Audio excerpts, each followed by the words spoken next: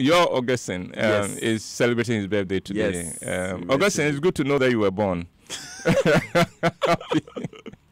Happy birthday, Augustine, and may this be your best year yet. Amen. You have a special place with me.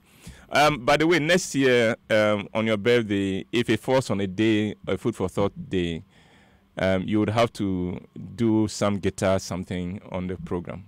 Okay. As well, because he's good with the lead guitar. Very, very good. Yes, with the and lead he guitar. sings very well. Yeah. And then Dora, why? The early bird tickets that's also for 60 would end by Saturday. So please exercise your option of buying it. Otherwise, the same ticket will go for 80 instead of 60. So Dora, why? Early bird tickets at 60 would apply between now and 23rd. So don't lose this chance. Dear nephew, I am glad you've gone on YouTube to watch all the episodes of my Facebook Live program, Anchor. Now, since you've become a disciple of Anchor, let me share with you some behind-the-scenes stories. The 9th couple I hosted on Anchor was Apostle Dr. Peter and Mrs. Dr. Peter and Abigail Oheniche. I knew Peter and Abigail from my university days when they were courting, and their daughter Dora, who is a lawyer, is a member of the Roverman group. But even though I go way back with them, we had never talked about our marriages. So it was refreshing sitting down with them to talk about their journey so far. Now, after the program, the apostle and his wife stayed to share some more intimate things with me and my team. I have not asked their permission to share some of that with you, but I know they will not mind. Peter and Abigail revealed that 3 months into their marriage, Peter lost his father, and so his mother and his 7 siblings had to move in with them in their 2-bedroom apartment. Now, for any ordinary couple, that would have spelled the doom for the marriage, but Abigail proved to be a wonderful woman and wife. No young bride looks forward to staying with her mother-in-law, but to have her brothers-in-law also with her in a 2-bedroom apartment must surely be a mission impossible. And to be sure, the burden was not easy for Abigail. But the story of Ruth in the Bible inspired her. Now, Ruth in the Bible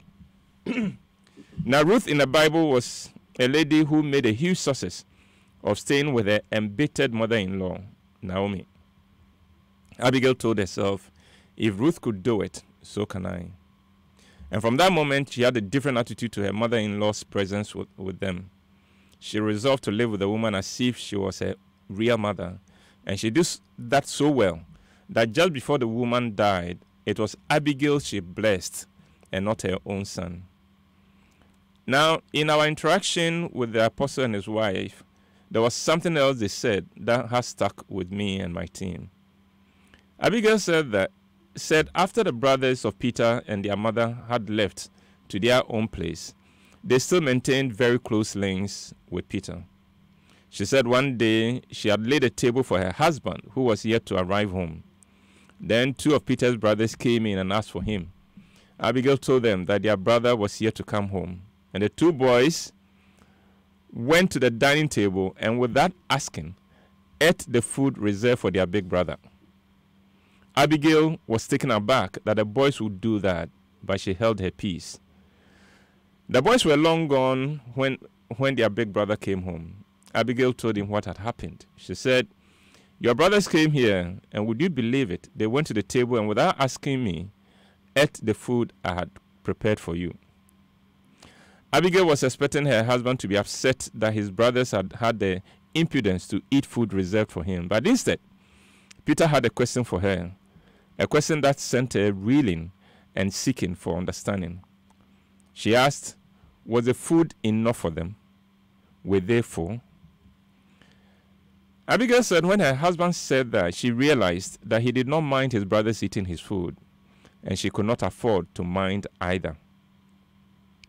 I can see how this will play out in some other marriage.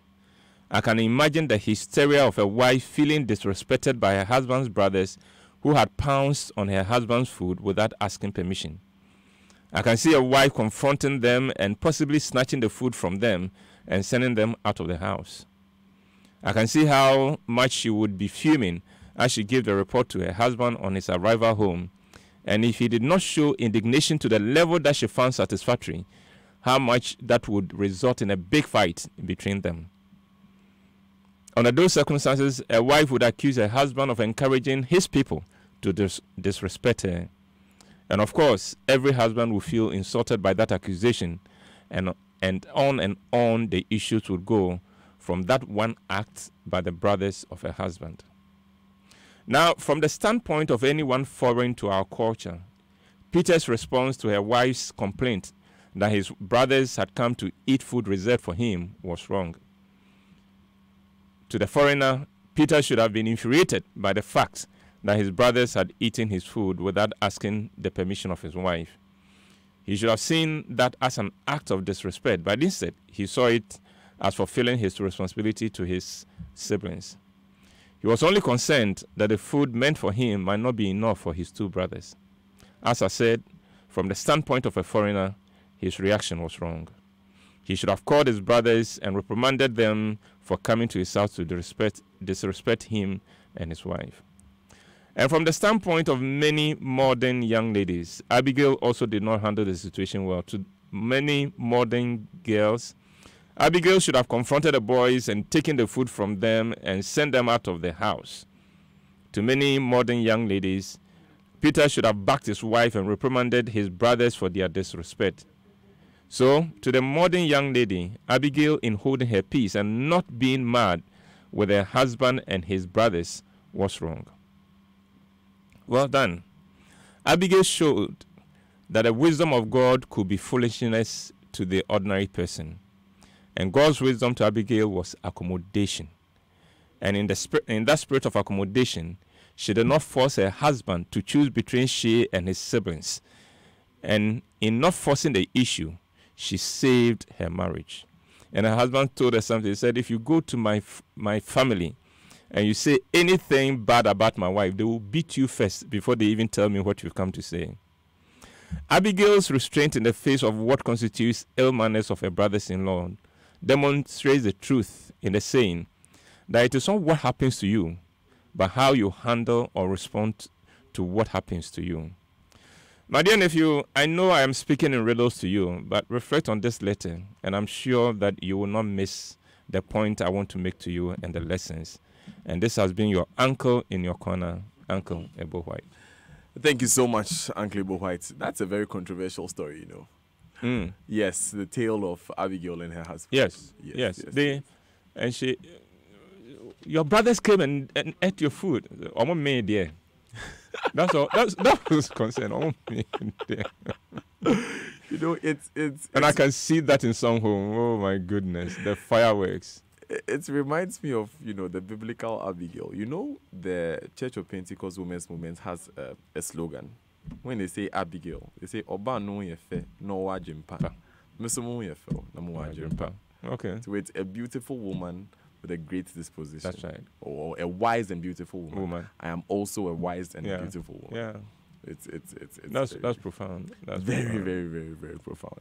Thank you, Uncle Ebo. Well, I'll see you. I was going to say something, but I think I'll say it off to you. Thank you very much, Uncle Ebo, first of all, for choosing your words. Okay. We